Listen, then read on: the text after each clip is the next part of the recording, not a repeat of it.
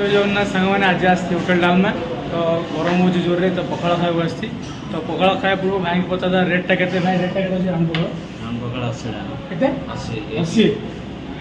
तो भाई कहले 80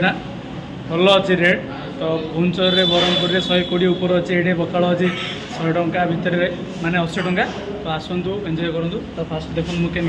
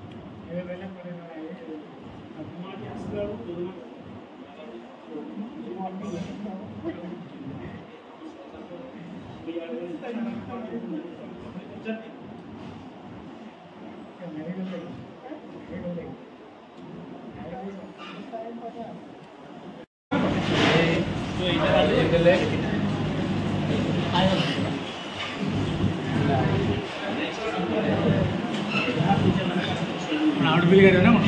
आउट बिल कर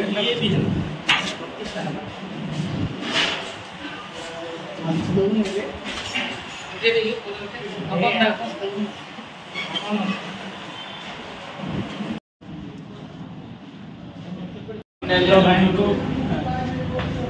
70 टाँग ये 10 टंकिया बांधि दिया